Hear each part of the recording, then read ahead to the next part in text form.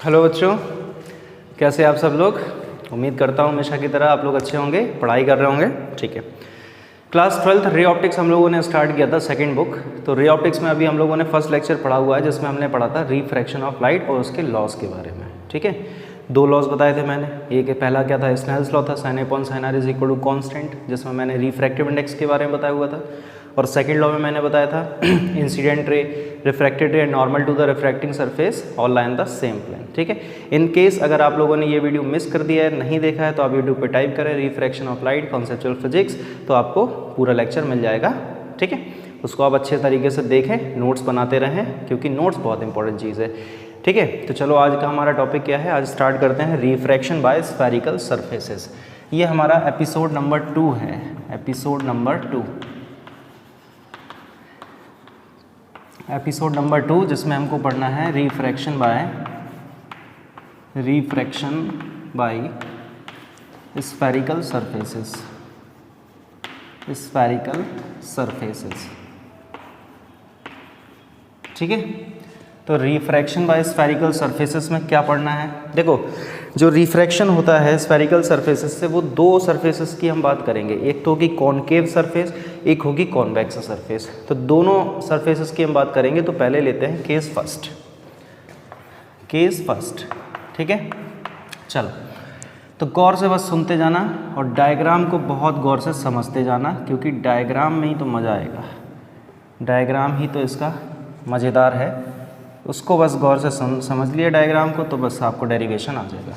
ये एक सरफेस बनाई, इसको क्या बोलते हैं सबको पता है, प्रिंसिपल एक्सिस होता है। इस पॉइंट को हम क्या बोलते हैं, ये पॉइंट हमारा कौन सा होता है, पोल होता है। यहाँ पे हम लोग क्या बनाते हैं, सेंटर ऑफ कर्वेचर बनाते हैं, सबको पता है।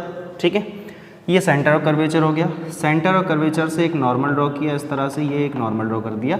इस पॉइंट को हम कुछ नाम दे देंगे, जिसका नाम दे दिया हम लोगों ने एम। एक मिनट ज़रा मैं ये कैमरा चेक कर लूँ कि ठीक से कैप्चर हो रहा कि नहीं। एक मिनट बच्चे लोग, ओके ना, ठीक है, एक सेकेंड। ये ओ माय गॉड, यही तो दिक्कत है, बस यही तो डिस्टर्ब हो जाता है। एक second, okay now it's okay. And camera थोड़ा सा हो गया, माइक भी ओके नाउ, अब ठीक है। चल ठीक है, ये तो बच्चों यहाँ पे हम लोग मान लेते हैं कि ये है रेरर मीडियम, और यहाँ पे हम लोग मान लेते हैं ये है डेंसर मीडियम।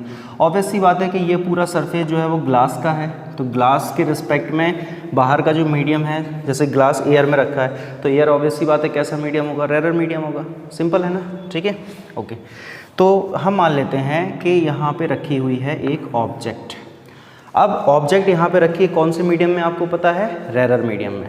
जब कोई लाइट रे रेरर मीडियम से डेंसर मीडियम जाती है, तो मैंने आपको बताया था फर्स्ट लेक्चर में कि वो नॉर्मल की तरफ बेंड हो जाती है, मैंने आपको बताया हुआ था।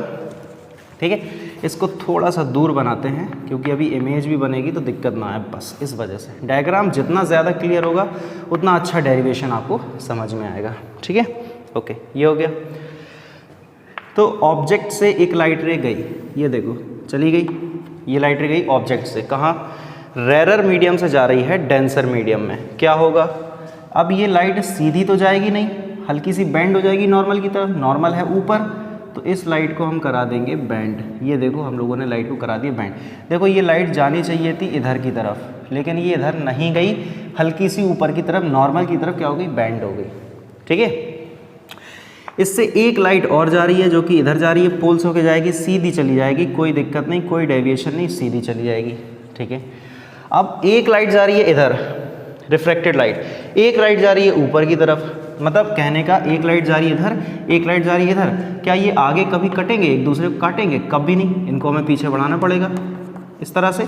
तो यहाँ कहीं इमेज बनेगी। मैंने आपको बताया था इमेज का मतलब क्या होता है, जहाँ पे दो या दो से ज़्यादा रिफ्लेक्टिंग लाइट या रिफ्रैक्टिंग लाइट एक दूसरे को कट करती है, वहाँ बनती इमेज।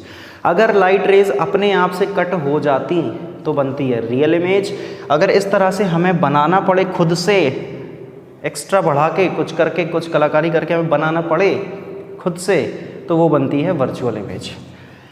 तो ये लाइट इस लाइट को कभी आगे रियल में तो काटने नहीं वाली, तो इस वजह से हमें क्या करना पड़ेगा, इस लाइट को हमें पीछे बढ़ाना पड़ेगा। तो इस तरह से हमने इसको ये पीछे बढ़ा दिया, ठीक है। थोड़ा अच्छे से बना देते हैं, जस्ट वेट। ये देखो ये बन गई। तो इधर इस पॉइंट पे क्या बन गई है, इमेज। इस पॉइंट पे क्या बन गई है, इमेज। बताओ कोई दिक्कत है? सही है, सही से आ रहा है कैमरे में, कोई दिक्कत तो नहीं हो रही? कैमरा के फ्रेम आज बड़ा डिस्टर्ब कर रहा है, पता नहीं क्या बात हो गई। ओह माय गॉड, बस ना, ओके ठीक ठीक, अब ठीक है। इतनी बात में कोई दिक्कत तो नहीं किसी को? चलो, अब इस पॉइंट M से एक नॉर्मल और ड्रॉ कर रहे हैं। इसको हमने बोला n, ये पॉइंट n हो गया। इसकी हाइट को h ले लेते हैं। ये हाइट कितनी मान ली हम लोगों ने, h, ठीक है। ये एंगल अल्फ़ा, ये एंगल बीटा, और ये एंगल क्या हो जाएगा हमारा, गामा। ये हम लोगों ने माने हैं, लेट किए हैं। हम लोगों ने क्या किया है, इन एंगल्स को माना है, ठीक है, लेट। अब बहुत इंपॉर्टेंट बात सुनो आप, ये है नॉर्मल और ये है इंसिडेंट रे। नॉर्मल और इंसिडेंट रे के बीच में जो एंगल बनता है उसको हम कहते हैं एंगल ऑफ इंसिडेंस। क्या कहते हैं, एंगल ऑफ इंसिडेंस। ये है नॉर्मल, ये है रिफ्रैक्टेड रे, तो इनके बीच में जो एंगल बनेगा उसको हम कहते हैं आर। आर का मतलब एंगल ऑफ रिफ्रैक्शन। कोई दिक्कत? ओके। ये ऑब्जेक्ट है तो ऑब्जेक्ट की डिस्टेंस u होगी, सारी डिस्टेंस हम पोल से लेते हैं। ये इमेज है, इसकी डिस्टेंस v होगी, इधर आएगा। ये रेडियस होगा, सेंटर ऑफ कर्वेचर है क्योंकि, तो ये डिस्टेंस r हो जाएगी। कोई दिक्कत आ गई इतनी बात में तो बताएं। क्लियर चल रहा अभी तक, कोई समस्या तो नहीं आ रही? ओके। डेंसर मीडियम का रिफ्रैक्टिव इंडेक्स n2 ले लेते हैं, रेरर मीडियम का रिफ्रैक्टिव इंडेक्स n1 ले लेते हैं। अब बताओ, डायग्राम हो चुका है कंप्लीट। इन केस आपको डायग्राम में कोई समस्या आ रही है तो आप बेझिझक बताएं, या बेझिझक आप कमेंट करें, पूछें कि सर मुझे ये दिक्कत आ रही है, ठीक है। चलो अब बात करते हैं आगे। इतना हो गया क्लियर? ठीक है भाई। इतने बात के बाद अब हम देखते हैं, डेरिवेशन अपना स्टार्ट करते हैं। ट्रायंगल बात करते हैं OCM। हमारा ट्रायंगल है पॉइंट O, पॉइंट C और पॉइंट M को मिलाने वाला ट्रायंगल OCM। इस ट्रायंगल में हम जो प्रॉपर्टी अप्लाई कर रहे हैं वो कौन सी है, exterior angle is equal to the sum of two interior angle. OCM इस ट्रायंगल में एक्सटीरियर एंगल बच्चों आपको दिख रहा है गामा है, इक्वल टू इंटीरियर एंगल दोनों कौन कौन से, एक तो I है और पूरा अल्फ़ा है, तो क्या हो जाएगा I प्लस अल्फ़ा। तो हम I को लिख सकते हैं गामा माइनस अल्फ़ा। ये हम लोगों ने I निकाला। हम I और R क्यों निकालेंगे पता है आपको, क्योंकि हमें स्नेल्स लॉ अप्लाई करना है, that's why we are calculating I and R। ये हम लोगों ने फिलहाल I कैलकुलेट किया, अब हम निकालेंगे R की वैल्यू। तो ट्रायंगल ICM, उसमें R मिलेगा, तो ट्रायंगल ICM में हमें R मिलेगा। एक्सटीरियर एंगल कौन सा है, gamma, equal to beta plus R। Simple, gamma is equal to beta plus R, तो R इज इक्वल टू क्या हो जाएगा, gamma minus beta. R equal to gamma minus beta.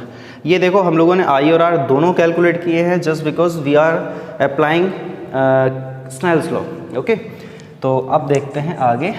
इसको थोड़ा सा साफ कर देते हैं, इस पोर्शन को, इसको हटा देते हैं। चलो okay. Now by Snell's law, by Snell's law क्या होता है भाई स्नेल्स लॉ, मैंने आपको फर्स्ट लेक्चर में बताया हुआ था। 1n2 is equal to sine I upon sine R, 1n2 is equal to sine I upon sine R होता है। और 1n2 को बच्चों हम लोग क्या लिखते हैं, n2 अपॉन n1। इसको क्या लिख सकते हैं, sine I upon sine R, ऐसा होगा। In case I and R अगर वेरी स्मॉल हुए, अगर आई और आर वेरी स्मॉल हुए तो फिर हम साइन आई को क्या लिख सकते हैं, आई लिख सकते हैं, और हम साइन आर को आर लिख सकते हैं। ये तो आपको पता होगा, when theta is very small sin theta is nearly equal to theta, okay, cos theta is nearly equal to 1 and tan theta is nearly equal to theta, okay, ये चीज़ याद रखना। तो चलो इसका यूज़ करते हैं, तो क्या हो जाएगा, n2 upon n1 is equal to I upon R. ये सिचुएशन आ जाएगी हमारे पास, क्रॉस मल्टीप्लाई कराते हैं इसका, तो हो जाएगा r n2 is equal to I n1। अब हमारे पास I और R दोनों हैं, इसीलिए यही दिन देखने के लिए तो हमने I और R कैलकुलेट किया था। यही दिन देखने के लिए हम लोगों ने I और R को कैलकुलेशन करी थी। तो जो दिन आज हमारे पास आया है, I और R है, इसमें रखते हैं। चलो इनको, आर है हमारे पास गामा माइनस बीटा और इनटू में हो जाएगा n2 इज इक्वल टू आई हमारे पास है gamma minus alpha into n1, ये हो जाएगा। ठीक है, ज़रा बोर्ड में नीचे तक होगा कैप्चर। ओके, तो इसको करो मल्टीप्लाई, n2 का अंदर करते हैं, n1 का भी करते हैं, तो क्या हो जाएगा gamma n2 minus beta n2 is equal to gamma n1 minus alpha n1, ये हो जाएगा। बताओ, अब गामा वाले टर्म्स एक साइड कर लेते हैं और बाकी अल्फ़ा बीटा वाले टर्म्स एक साइड कर लेते हैं। ठीक है, चलो करते हैं, यहाँ करते हैं। तो ये गामा वाला टर्म है, ये भी गामा वाला, इसको लेके आएंगे इधर, तो ये क्या हो जाएगा gamma n2 minus gamma n1 is equal to, ये नेगेटिव है, दूसरी साइड जाएगा तो हो जाएगा पॉजिटिव, तो लिख सकते हैं beta n2 minus alpha n1, तो एज इट इज़ रहा, इसको तो किसी ने छेड़खानी की ही नहीं इसके साथ, इसको हम लोगों ने मान लिया है फर्स्ट इक्वेशन। आप चाहें, इन केस अगर आप चाहें तो यहाँ से गामा को कॉमन कर लो, फिर उसको मानते हैं इक्वेशन।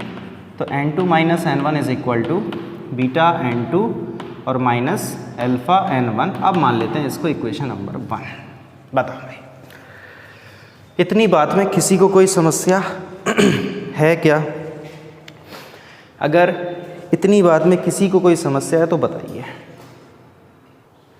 इतना क्लियर चल रहा ना सबका, कोई समस्या तो नहीं आ रही इतनी बात में? ठीक है। अब बच्चों, आप लोगों को याद होगा मैंने जब डायग्राम में बनाया था तो मैंने बोला था कि अल्फ़ा बीटा गामा जो एंगल्स हैं वो हम लोगों ने लेट किए हैं, माने हैं, वो हमें गिवन नहीं है। तो अल्फ़ा बीटा गामा जब एंगल जो हैं वो हम लोगों को गिवन नहीं है, तो फिर उनकी वैल्यू हमें रखनी पड़ेगी, उनकी वैल्यू कहीं से ना कहीं से हमें कैलकुलेट करनी पड़ेगी। चलो करते हैं कैलकुलेट, क्योंकि एक्चुअल में है क्या, इसमें अल्फ़ा बीटा और गामा तीनों आ रहे हैं, तो हमें अल्फ़ा बीटा गामा की वैल्यू अब फाइंड करनी ही पड़ेगी डायग्राम की हेल्प से। ठीक है, तो सबसे पहले हम अल्फ़ा निकालते हैं। ट्राइंगल आप देखो ONM, एक्चुअल में है क्या, यहाँ पे जो हम लोगों ने ये अजम्पशन लिया है कि आई और आर वेरी स्मॉल है। आई और आर वेरी स्मॉल होने का मतलब है कि ये एन पॉइंट जो है वो पी के बहुत नज़दीक होगा। ऑब्वियसली बात है, जब आई और आर वेरी स्मॉल होंगे तो अल्फ़ा बीटा गामा भी वेरी स्मॉल होंगे। जब alpha beta gamma very small हैं ही तो ऑब्वियसली बात है कि एन पॉइंट जो है वो पी के बहुत नज़दीक होगा। इसीलिए तो ये नॉर्मल ड्रॉ कर रहे थे, क्योंकि हमें एक ट्राइंगल बनाना था। ठीक है, तो एन पॉइंट पी के बहुत नज़दीक है, तो ओ एन को हम ओ पी बोल सकते हैं। इसको कहीं लिखते हैं, इसको कहीं लिखते हैं, यहाँ लिखते हैं हम ओ एन को नियरली इक्वल टू क्या लिख सकते हैं, ओ पी लिख सकते हैं, कॉमा हम आई एन को nearly equal to I P लिख सकते हैं। ठीक है, और हम सी एन को nearly equal to C P लिख सकते हैं। ठीक है, देख लूँ, ओके सही है, क्लियर है ना इतना, ये हम कर सकते हैं। अब बात आती है अल्फ़ा बीटा गामा की वैल्यू फाइंड करने की, तो चलो करते हैं। Triangle ONM, right angle triangle है, ट्राइंगल ONM, ये हमारा राइट एंगल ट्राइंगल है, ट्राइंगल ONM। इसमें हम लोगों ने अप्लाई किया tan अल्फ़ा। tan अल्फ़ा क्या होता है, परपेंडिकुलर, tan थीटा क्या होता है, परपेंडिकुलर अपॉन बेस, परपेंडिकुलर है MN, बेस है ON, तो हो जाएगा MN अपॉन ON। ठीक है, अब as we know that alpha is very small, as we know that alpha is very small, so we can write tan alpha is nearly equal to alpha. Now tan alpha is equal to alpha, what is mn, mn is h and on is nearly equal to op, and what is op, op distance of object from the pole of mirror, what is this, u, so minus u, minus क्यों, क्योंकि left में है ना भाई, पोल के left में है, तो ओके, इस वजह से वो माइनस हम ले रहे हैं। Alpha is equal to finally हमारे पास आ चुका है माइनस एच अपॉन यू।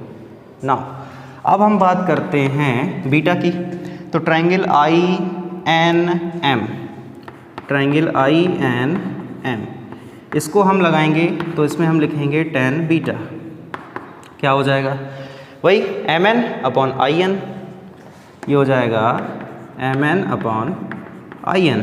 फिर से वही चीज़ें हैं, हम क्या लिख सकते हैं, tan बीटा को बीटा, MN को H, और IN कितना होगा, देखो I क्या है, distance of image from the pole of surface, तो तो I से P तक की जो डिस्टेंस है वो कितनी होगी, I से P तक की डिस्टेंस क्या है V, लेकिन इसके पोल के लेफ्ट में है तो माइनस का होगा, तो हम इसको लिख सकते हैं माइनस का V। इसको हम लोगों ने ले लिया थर्ड इक्वेशन।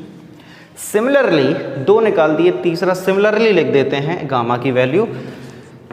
ट्राइंगल का नाम जरूर लिख दो, ट्राइंगल CNM। तो यहाँ से जो हमें गामा मिलेगा वो कितना हो जाएगा, -h/r। इसको हम लोगों ने ले लिया है फोर्थ इक्वेशन। बताओ कोई दिक्कत है, समझ लो अच्छे से। कोई दिक्कत आ रही हो तो बेझिझक बताओ, कोई भी समस्या हो तो बताओ, ना हो तो भी बताओ, ठीक है। चलो अब थोड़ा साफ सफाई की ज़रूरत पड़ेगी। यहाँ इसको हटाते हैं, इसको हटाते हैं, इसको हटाते हैं, हटा दिया भाई, ठीक है। इसको भी हटा देते हैं क्योंकि अब इसका कोई काम है नहीं। चलो इसको भी हटा देते हैं।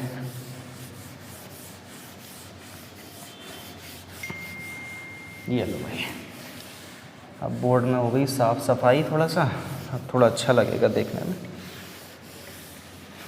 ठीक है। चलो अब बच्चों जो सेकेंड इक्वेशन, थर्ड इक्वेशन और जो फोर्थ इक्वेशन से हमें अल्फ़ा बीटा गामा मिला है उसको हम यूज़ करेंगे फर्स्ट इक्वेशन में, ठीक है। तो use alpha beta and gamma in equation first, in equation first. इसको आप फर्स्ट इक्वेशन में यूज़ करो तो क्या मिलेगा बताओ। गामा की जगह हम क्या लिखेंगे, -h/r। हम लिख सकते हैं -h/r, और क्या हो जाएगा, n2 - n1 is equal to, beta की जगह हम क्या लिख सकते हैं, -h/v, तो -h/v हो जाएगा, ठीक है। और साथ में क्या था उसके n2, फिर माइनस है, एक ऑलरेडी माइनस है। अल्फ़ा की जगह हम क्या लिख सकते हैं, -h/u, तो ये प्लस हो जाएगा h/u, और साथ में इसके है n1, वो देखो साथ में n1 छपा हुआ है, ठीक है। अब आप चाहें तो -h सब में से कॉमन कर सकते हैं, आप पूरे में -h का आप डिवाइड कर दो, कुछ भी सही लगे, जो आपको उचित लगे कहना उसको आप कह दो, कर दो। हम तो ये कह रहे हैं -h हमने यहाँ से कॉमन किया और दोनों साइड से वो कट जाएगा, तो फाइनली बचेगा, लिख देते हैं चलो, n2 - n1 is equal to, इधर से हम लोग -h को जब कॉमन करेंगे तो ये तो प्लस हो जाएगा n2/v हो जाएगा, क्योंकि इसका -h तो चला गया, लेकिन यहाँ पे आ जाएगा -h चला गया, n1/u ये आ जाएगा।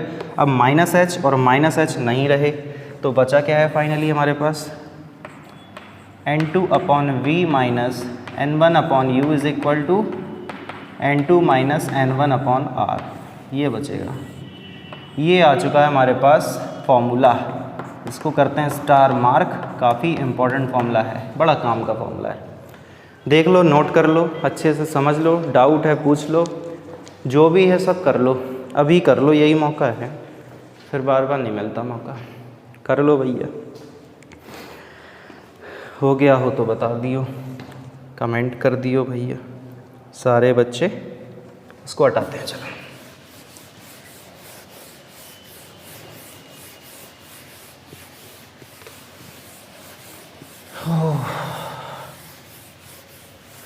हो गया क्या इतना? हो गया तो अच्छी बात है, नहीं हो गया तो फिर और अच्छी बात है। चलो ठीक है, ओके। अब यहाँ पे एक्चुअल में क्या है कि जो रेरर मीडियम है वो हम लोगों ने क्या माना था, N1। तो इनकेस अगर हम कंप्लीट मतलब एक मान के ही चल लेते हैं कि जो रेरर मीडियम है वो एयर ही है, हम ऐसा मान लेते हैं। वैसे ज़रूरी नहीं है हमेशा रेरर मीडियम एयर हो, अरे वो तो कंपैरिजन होता है ना यार। जैसे देखना, रिफ्रैक्टिव इंडेक्स ऑफ ग्लास 3/2 होता है यानी 1.5, रिफ्रैक्टिव इंडेक्स ऑफ वाटर 4/3 होता है यानी 1.33 होता है। अब आप बताओ इनमें से कौन सा रेरर है कौन सा डेंसर है? अरे जिसका रिफ्रैक्टिव इंडेक्स ज़्यादा वो डेंसर होगा। तो यहाँ पे अगर हम वाटर और ग्लास को कंपेयर कर रहे हैं तो ग्लास जो है वो डेंसर हो जाएगा और जो वाटर है वो रेरर हो जाएगा, सिंपल है। तो ज़रूरी नहीं है ना रेरर मीडियम हमेशा एयर ही हो, ठीक। तो लेकिन अब हम मान लेते हैं कि एयर है, हम ऐसा केस लेके चलते हैं, ठीक है। तो N1 का रिफ्रैक्टिव इंडेक्स जो N1 है वो कितना हो जाएगा, 1, किसके लिए, एयर के लिए। जब n1 की वैल्यू 1 हो गई तो n2 को n2 क्यों लिख रहा है, n लिख दो, क्योंकि वो तो ग्लास का है ही। ठीक है, वैल्यू रखो, क्या आएगा, n/v minus 1/u is equal to n minus 1/r। इस केस में हमारे पास ये फॉर्मूला आ जाएगा, इस केस में हमारे पास ये फॉर्मूला आ जाएगा। लेकिन ये फॉर्मूला सिर्फ तभी वैलिड है जब जो सरफेस आप लोगों ने ली है उसके चारों तरफ का मीडियम कैसा हो, एयर हो। ये फॉर्मूला तभी वैलिड है। अदरवाइज़ जो सरफेस आप लोगों ने ली है उसके चारों तरफ का मीडियम अगर एयर नहीं है तो फिर आप यही फॉर्मूला अप्लाई करेंगे। ठीक है, चलो इतना हो गया। अब हम बात करते हैं सेकंड केस की। ठीक है, इसको हटा दें, पूरा नोट तो हो ही गया होगा। ओके,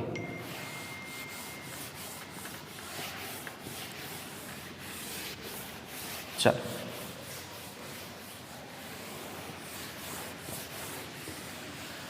अब हम बात करेंगे सेकंड केस की। तो सेकंड केस भी बिल्कुल सेम है, कोई दिक्कत नहीं। सेकंड केस में बस सरफेस चेंज हो जाएगी और क्या है। तो सरफेस किस तरह से चेंज होगी, देखो इस तरह से, ये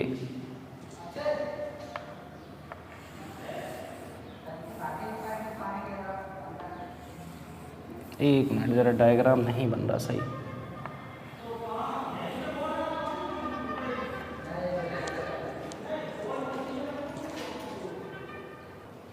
तो भाई अब हम बात करते हैं सेकंड केस में। इसका थोड़ा यार डायग्राम क्लियर नहीं बन पा रहा, ये टेढ़ा मेढ़ा भाग रहा है, इसको ठीक से बनाते हैं पहले। टेढ़ा मेढ़ा क्यों जा रहा है, इसको सीधा बनाओ बिल्कुल। ये देखो अभी भी टेढ़ा लग रहा है क्या, हाँ यार पता नहीं क्यों हाथ ही टेढ़े हैं। चलो कोई नहीं, ये देखो, ठीक है। चलो बनाते हैं इसको जल्दी से। ये हो गया हमारा सेंटर ऑफ कर्वेचर, यहाँ से हम लोगों ने किया एक नॉर्मल ड्रॉ इस तरह से। ओके, अब ये हो गया हमारा सेंटर ऑफ कर्वेचर, क्योंकि ऑब्वियस सी बात है ना, इसका सेंटर ऑफ कर्वेचर राइट में आएगा। जिस तरफ से कर्व होता है, बेंड होता है, उसी तरफ सेंटर ऑफ कर्वेचर जाता है। ठीक है भाई, ओके। तो यहाँ पे इसको हम क्या बोलेंगे, रेरर मीडियम। यहाँ इसको हम क्या बोलेंगे, ऑब्वियस सी बात है, डेंसर मीडियम। इसका होगा रिफ्रैक्टिव इंडेक्स n2, इसका होगा रिफ्रैक्टिव इंडेक्स n1। ठीक है, यहाँ पे रखिए अब की बार ऑब्जेक्ट से एक लाइट गई इस तरह से, क्या होगा बताओ, क्या होगा बताओ, क्या होगा। जब कोई लाइट रे रेरर मीडियम से डेंसर में जाती है तो वो नॉर्मल की तरफ बेंड हो जाती है। अब नॉर्मल इसका कहाँ है, ये है, तो इसको जाना तो सीधी चाहिए थी, बट सीधी ना जाके ये नॉर्मल की तरफ बेंड हो जाएगी इस तरह से। सीधी नहीं गई, नॉर्मल की तरफ बेंड हो गई। ठीक है, डायग्राम यार नहीं बन पा रहा सही, लाइन एकदम सीधी नहीं आ पा रही, पता नहीं क्यों।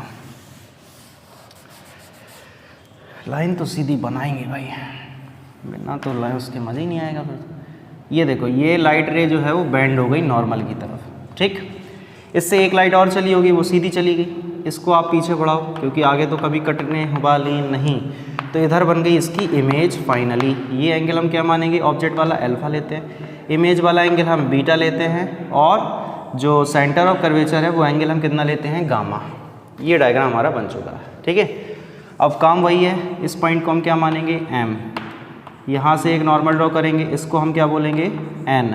ये पॉइंट क्या कहलाएगा, पी कहलाएगा। ठीक है, कोई दिक्कत।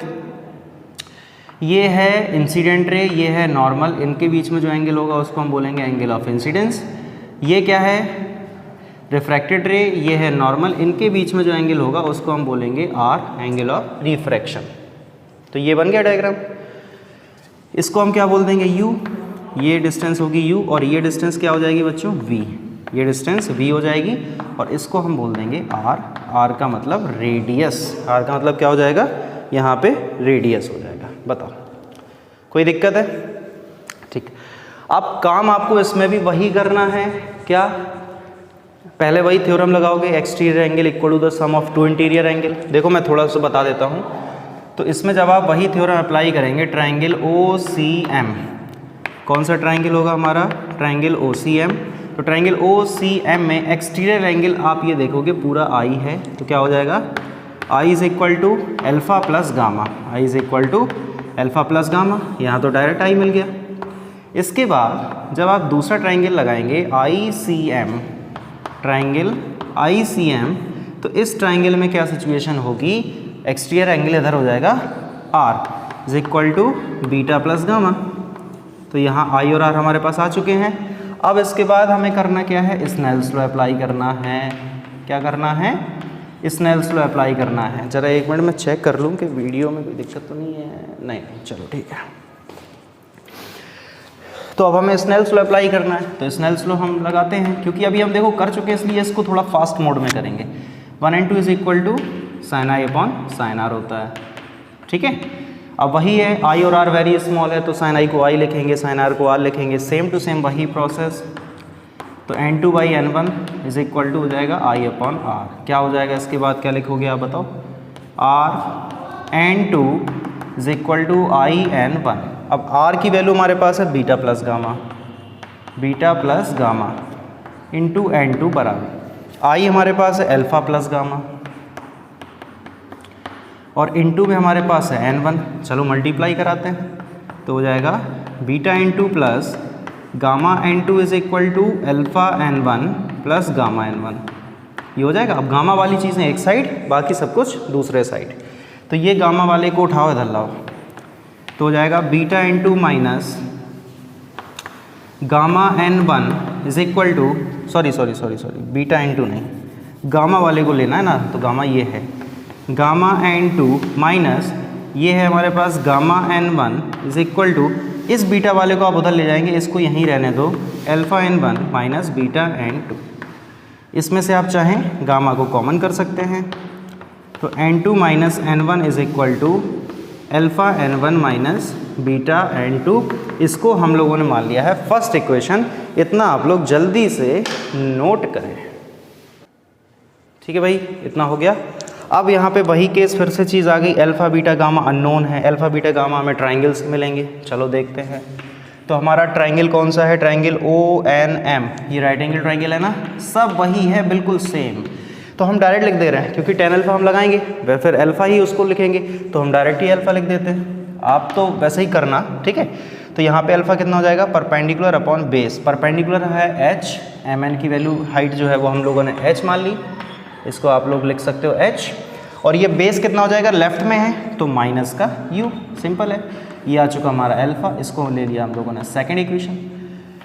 इसके बाद ट्राइंगल है INM, ट्राइंगल है हमारा INM, इसमें हम अप्लाई करेंगे बीटा, tan बीटा, तो हो जाएगा h अपॉन माइनस का v, हो जाएगा पूरा। डायग्राम बहुत गौर से देखो, तो इसको हम लिखेंगे इक्वेशन नंबर 3। अब हम बात करेंगे नेक्स्ट ट्राइंगल NC या MNC, ट्राइंगल MNC, इसमें हम लगाएंगे गामा, tan गामा। अब ये होगा पॉजिटिव, क्यों, क्योंकि ये है राइट में, तो h अपॉन प्लस आर, क्या हो जाएगा, h अपॉन प्लस आर। अभी जो हम लोगों ने सरफेस ली थी उसमें था, उसमें भी ये था h अपॉन माइनस आर, यहाँ पे बस फ़र्क इतना है, h अपॉन प्लस आर।